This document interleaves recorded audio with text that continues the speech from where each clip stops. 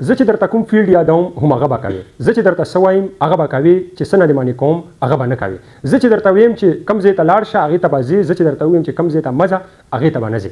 ملګري دا هغه خبرې دي کوم چې موږ د پښتنو په کورنو کې کېږي خپلو زامنو ته د پلارانو د سایډ نه.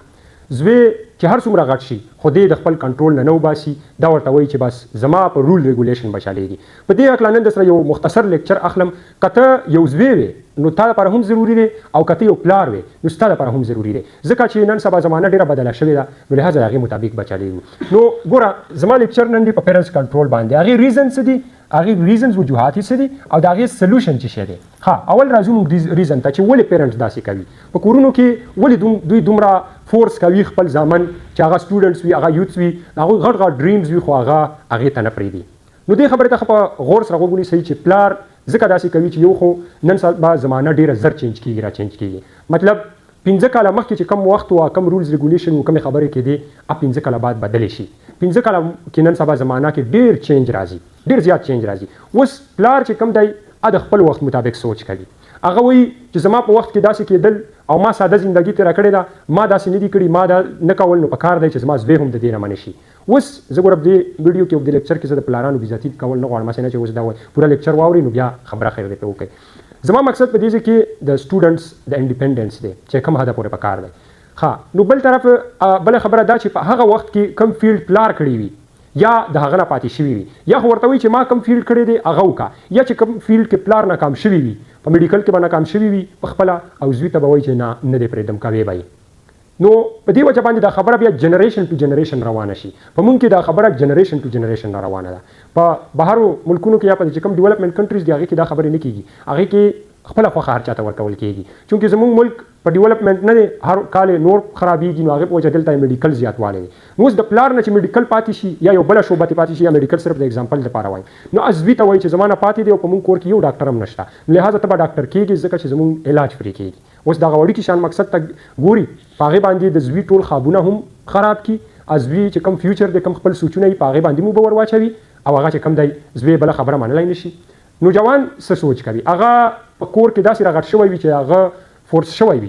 هغه ته د یو ریسرچ مطابق په کور کې چې کله یو ماشوم راغټېږي 1,50,000 ځلې، 1,00,000 ځلې دته نه لفظ استعمالېږي. مطلب دا چې دی ورته وایي چې دا، او ورته چې نه دا کوم، نه او ورته آ کوم، نه. اوس د پلار او د مور څه سوچ وي؟ پلار او مور زوی د ځان نه ډېر لرې پرېښودل نه غواړي. یو خو په هغه یارېږي، وایي چې یاره په داسې چل ونه شي، دا ماته ژوندی پاتې وي. بس پلار او مور پازیټیو سوچ وي تا ته، هغه همیشه ستا کامیابي غواړي، ستا اهمیت غواړي، خو هغوی د بهر نه خبر نه وي. اوس به یو کس وایي چې هغه خو مشر وي، په هغه باندې خو هر څه تېر شوي دي، او په هغه باندې خو هر څه تېر شوي دي، خو په خپل وخت کې پې تېر شوي دي. اوس هغه وخت تېر شوی دی، اوس پکار دی چې هغه سوچ ونه کړي. نو دا خبره جنریشن ټو جنریشن دا په پلارانو کې را روانه وي چې هغې د وجې څه وشي، د هغې د وجې چې کوم دی چې کوم یوت دي خپلو خوابونو ته ونه رسي، خپل ډریمز ته ونه رسېږي. د یو سټوډنټ به دا سوچ وي، د یو زوی به دا سوچ وي چې یاره زه یو براډ ماینډډ کس د ځان نه جوړوم، زه یو سکلز زده کوم، زه دې ته ځم، زه کمپیوټر زده کوم، زه سیاست ته ځم، زه بل یو فیلډ ته ځم، خو پلار ورته وایي چې نه زما په لاره به ځي. نو دا ډېره زیاته نقصان دې خبره ده، او دا تر دې حده پورې نقصان دی چې موږ را روان نسلونه هم که دې خبرې سلوشن موږ راونه باسلو، موږ را روان نسلونه هم په دې پورې خرابېږي. ډېر پیرنټس چې کوم دي، ډېر پیرنټس هغوی بیخي زوی ته دا اجازت نه ورکوي چې د خپل کلي نه بهر شي، او په خپل کلي کې چې کله یو انسان وي نو د هغه سوچ د کلي مطابق وي. بیا که یو ښار ته راشي د هغه سوچ به د هغه ښار مطابق وي، که ورلډ وایډ سفر وکړي هغه سوچ به ټولې دنیا مطابق وي.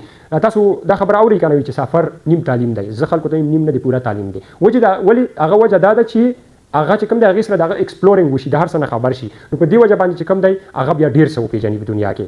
اوس دا خو تاسو وپېژنه چې پلار ستا نه یو زنده لاش جوړوي، مطلب هغه په خپل ذهن کې دا سوچ وي چې دا په یو ښه لاره لاړ شي، کامیابي ستا غواړي او دې ماته ژوندی وي.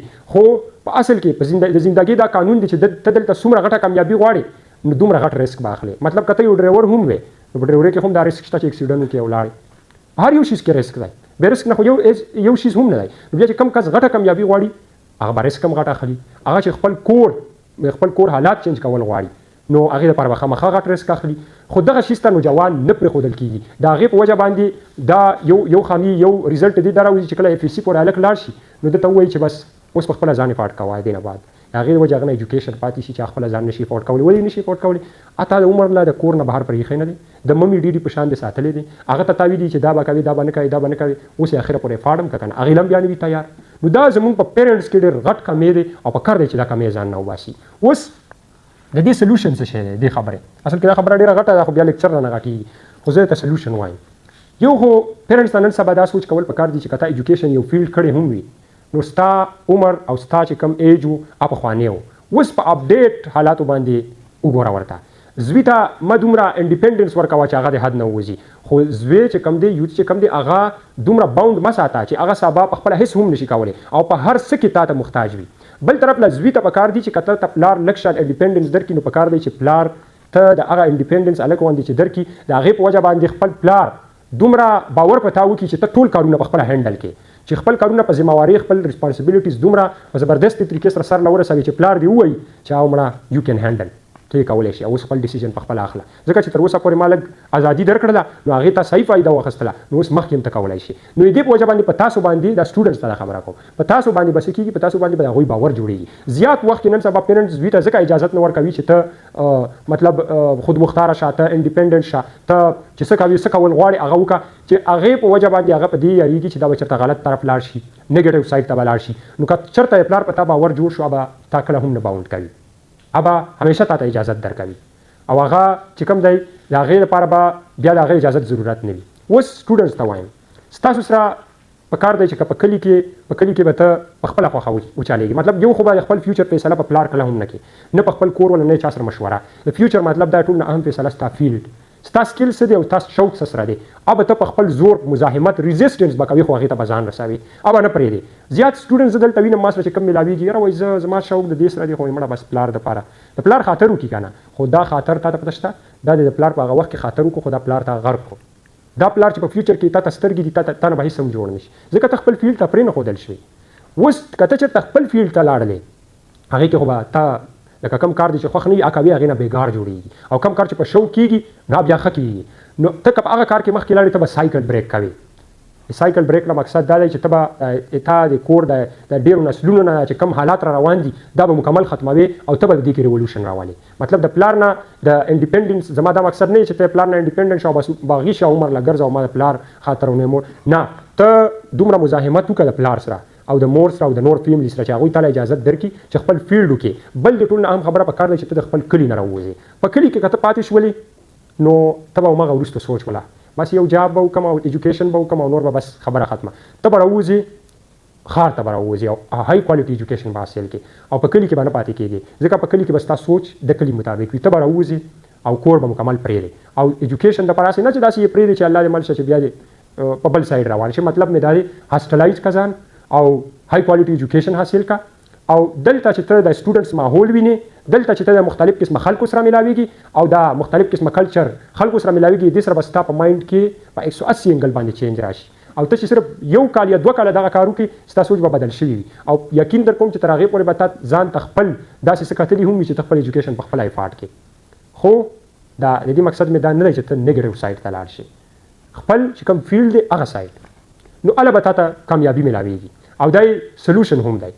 نو زه ټولو پلارانو ته دا یو نصیحت کول غواړم چې څوک زما لیکچر اوري او ټولو سټوډنټانو زامنو ته هم چې تاسو خیر دی په خپل کنټرول کې نه سټوډنټس ته ځوانانو ته خپلو زامنو ته دومره خود مختاري ورکوي چې هغه په خپل لایف هینډل کړي، هغه خپله باندې خپل فیوچر سلیکټ کړي، خپل فیلډ سلیکټ کړي او زامنو ته هم دا وایم چې تاسو په خپل ځان کې هغه کوالټیز راولئ چې ستا پلار په تا دومره باور ولري چې تا ته دومره انډیپینډنس درکړي. نو تا نه به الله تعالی یو لوی انسان جوړوي او ته به د خپل کور تقدیر بدلوي. ډېره مننه.